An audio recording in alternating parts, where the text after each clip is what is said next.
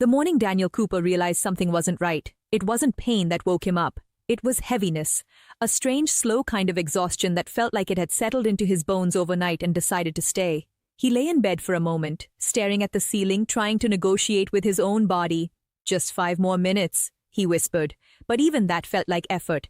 At 62, Daniel had expected aging to bring slower mornings. What he hadn't expected was this constant low-level fatigue that seemed to follow him through the entire day.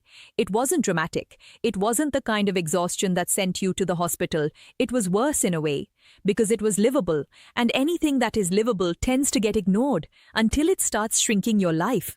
That morning, even getting to the kitchen felt like a task. His wife Susan noticed immediately. "You're dragging again," she said gently, placing a plate on the table. Daniel sighed. "I slept 8 hours." "I know," she replied, "but you still look like you didn't sleep at all." That was the frustrating part. Nothing seemed to explain it. Blood pressure, normal, routine checkups, fine. Sleep, enough hours, but energy, missing. For weeks, he tried everything he could think of. More coffee in the morning, short naps in the afternoon, even forcing himself to walk daily, hoping movement would wake him up. Instead, he often came back more tired than before. That's when Susan handed him her phone one evening. "I've been watching this doctor," she said. "Dr. Janine, she talks about how tiredness can sometimes be connected to kidney function and how certain foods can support the body's natural cleansing processes." Daniel frowned slightly. "Kidneys?" he repeated. Susan nodded. "She explains it simply, not scary, just how the body clears waste and how diet can affect that balance." Daniel wasn't convinced by internet health theories, but he was tired enough to listen. So he watched. Dr. Janine spoke calmly, not dramatically. She explained that when the body feels sluggish or low in energy, people often look at sleep, stress, or iron levels, but sometimes overlook how important the kidneys are in maintaining internal balance and fluid regulation. Daniel leaned forward slightly, not because it sounded miraculous, but because it sounded grounded. Then she mentioned something that caught his attention. Certain whole foods may naturally support kidney function and hydration balance, which can influence how energized a person feels overall. Daniel didn't jump to conclusions, but he was curious enough to pay attention. That night, he didn't change everything, he just decided to observe. The next morning, instead of reaching for coffee immediately, he drank water first. Simple, almost too simple.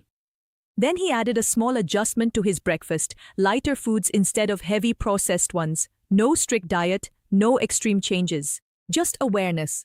At first nothing felt different, but by the 3rd day he noticed something subtle. The mid-morning fog wasn't as intense. He still felt tired but not as stuck in it. That difference mattered more than he expected. Susan noticed too. "You didn't nap after breakfast today?" she said. Daniel paused. "I didn't feel like I needed to." She raised an eyebrow. "That's new." He nodded slowly. "It feels like my body is responding instead of resisting everything I do." That was the first time he considered something deeper might be going on. Not a disease, not a failure, but imbalance. And imbalance, by definition, can be adjusted. Over the next week, he kept listening to Dr. Janine's guidance. She emphasized simple whole foods often associated with natural support for kidney health, hydrating foods like cucumber, antioxidant-rich berries, and foods high in natural minerals like leafy greens. Daniel didn't treat it like a prescription. He treated it like information. He added cucumber to lunch, a handful of berries in the morning, more water throughout the day, not extreme, just consistent. And slowly, something began to shift. Not a sudden burst of energy, but a reduction in that heavy, dragging feeling that had become normal. One afternoon, he realized something unusual. He had been working in the garage for over an hour without stopping. No collapse into a chair afterward, no immediate exhaustion wave, just steady activity. He leaned on the workbench and looked around, slightly surprised. "This is what normal used to feel like," he said quietly to himself. But he didn't want to get ahead of himself. Because he had learned something important over the past months, progress can be temporary if it's not understood, so he kept observing. And what he noticed over time was consistency, better mornings, less afternoon crashes, more stable hydration, not perfect energy, but usable energy. And for someone who had been living below his baseline for so long, that felt like recovery. One evening, Susan sat beside him on the porch. "You seem more present lately," she said. Daniel thought about that. "I think I stopped treating my tiredness like it was random," he said, "and started looking for patterns." Susan nodded. "And?" "And I found them," he replied, "in small things I ignored for years." That realization stayed with him, because the truth wasn't dramatic. It wasn't one cause. It wasn't one fix. It was accumulation, years of habits, years of subtle imbalance. And now, small corrections were slowly reversing that direction. Later that night, Daniel sat alone and reflected on something Dr. Janine had said. When the body feels sluggish, it's often not asking for stimulation, it's asking for support in how it processes what's already there. That sentence changed how he saw everything, because he had spent years trying to boost his energy, when maybe what he needed was to reduce internal strain instead. As the weeks passed, Daniel continued his routine. Hydration first, balanced meals, kidney-supportive foods in moderation, light movement, rest when needed, no obsession, just awareness. And slowly, his life expanded again. He started fixing small things around the house without delay. He joined Susan for short evening walks. He stopped planning his entire day around fatigue. One morning, he stood in the kitchen and realized something quietly powerful. He didn't feel energized, but he also didn't feel limited, and that middle ground, that stable, usable state, felt like freedom. Susan noticed it too. "You're not fighting your body anymore," she said. Daniel smiled. "No, I think I finally stopped working against it." And that, more than anything, was the real change. Not a miracle, not a sudden cure, but understanding. And from understanding came steady improvement. Thumbnail line. Fix sluggish body fast. The change didn't continue in a straight line. Daniel learned that the hard way, because just when he started feeling stable again, just when mornings felt lighter and afternoons less draining, something unexpected happened.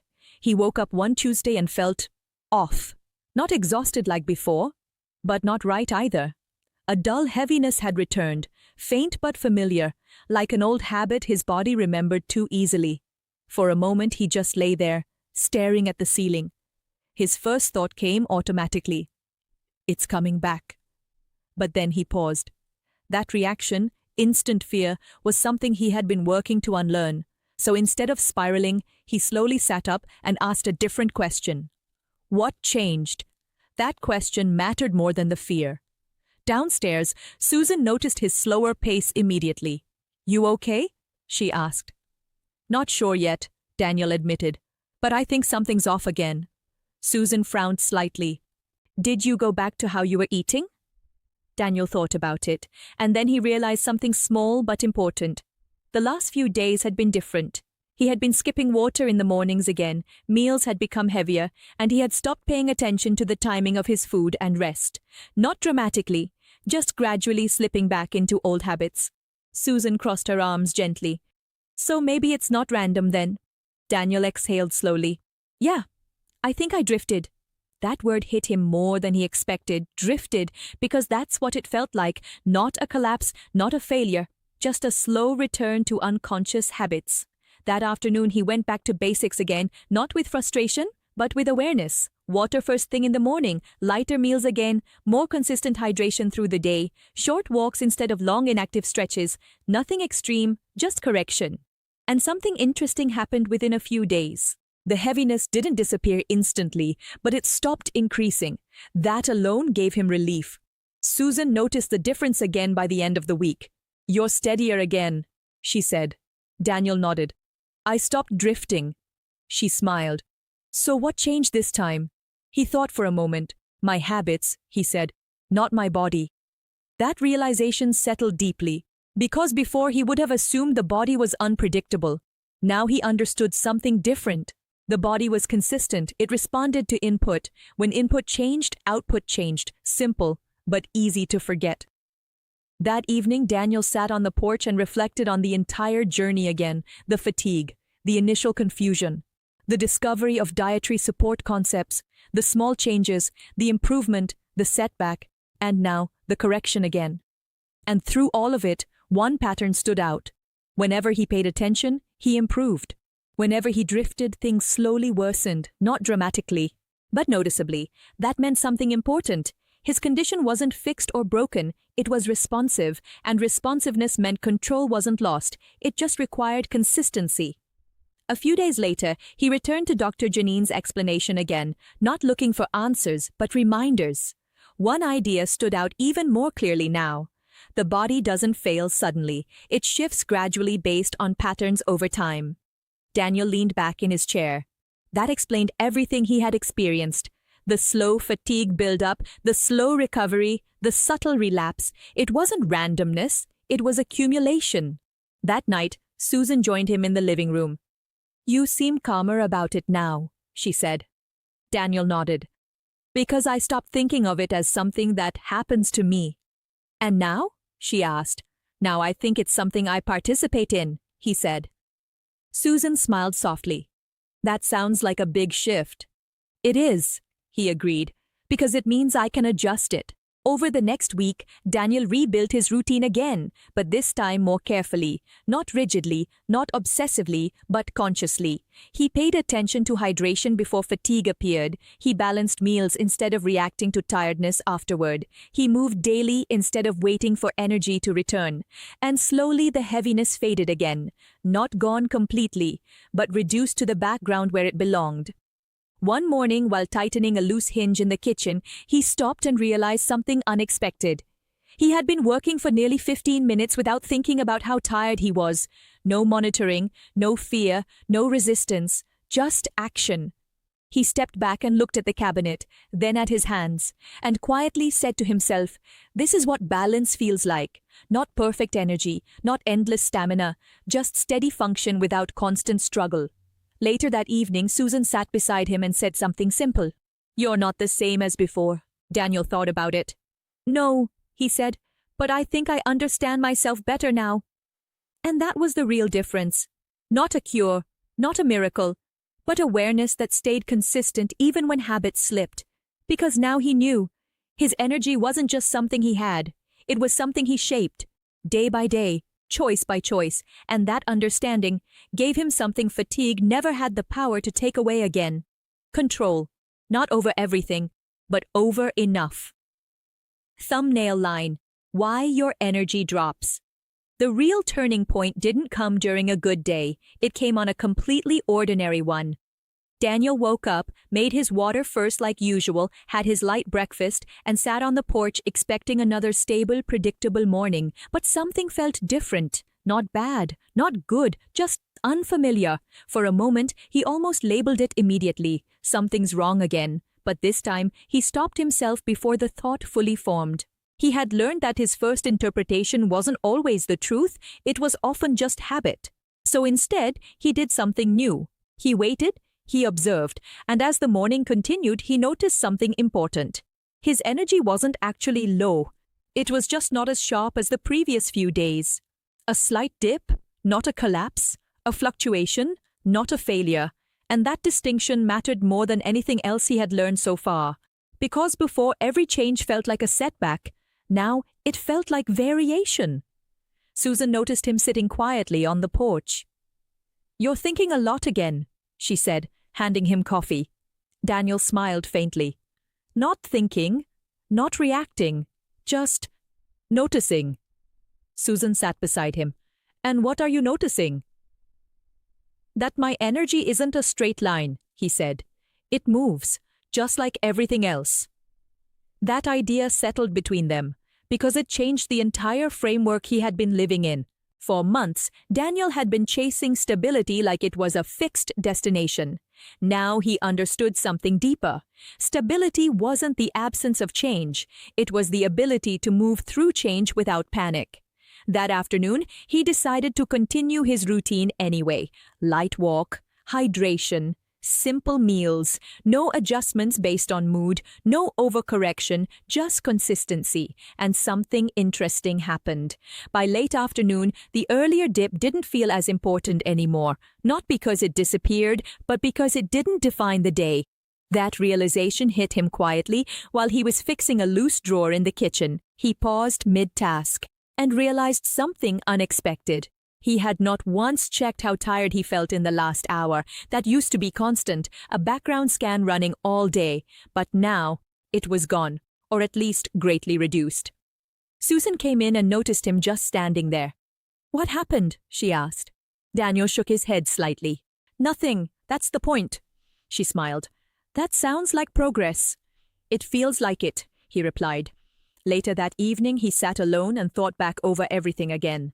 The exhaustion that once controlled his mornings, the confusion of trying random fixes, the discovery of patterns, the improvement, the relapse, the correction, and now this stage, not perfection, but awareness that stayed even when conditions weren't ideal. And that, he realized, was the real test, not how the body behaves on good days, but how the mind responds on average days. A few days later, Susan asked him something while they were making dinner. "Do you think the foods helped?" she asked. Daniel paused, and for the first time his answer wasn't focused on one thing. "Not alone," he said. "They helped support a direction, but the real change was understanding how everything works together." Susan nodded. "So it wasn't just kidney-supportive foods or hydration or timing?" "No," Daniel said. "It was the combination and the consistency." That realization was important, because it removed the idea of a single fix and replaced it with something more realistic, a system. That evening, Daniel revisited Dr. Janine's message again in his mind, not as instruction, but reflection. The body, she had explained, works through balance and support, not isolated fixes. Now he understood what that meant in practice.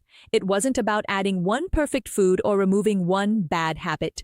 It was about reducing strain and improving consistency across many small areas, and that understanding made everything calmer, because it meant he didn't have to chase perfection anymore, just alignment. Over the next week, Daniel kept his routine steady, even when small fluctuations appeared. A slightly tired morning didn't derail him. A low-energy afternoon didn't change his entire day. He simply continued. And slowly, something powerful emerged. Confidence, not in being perfect, but in being stable enough to handle imperfection.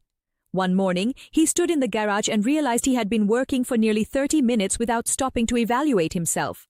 No fear, no scanning, just action. He leaned against the workbench and smiled to himself. "This is different," he said quietly. Susan, passing by, looked in. "Different how?" Daniel thought for a moment. "I'm not managing fatigue anymore," he said. "I'm just living with energy that varies, without letting it control me." Susan nodded slowly. "That sounds like freedom." And Daniel realized she was right, because freedom wasn't about endless energy. It was about not being ruled by its fluctuations. That evening they sat together outside as the sky turned orange. Daniel looked out at the quiet neighborhood and felt something he hadn't felt in a long time. Not excitement, not exhaustion, but trust. Trust in his body, trust in his routine, and trust that even when things shifted slightly, he now knew how to respond. Not with fear, but with understanding. And that understanding didn't just improve his energy, it changed his entire relationship with it. Thumbnail line. Stop energy confusion.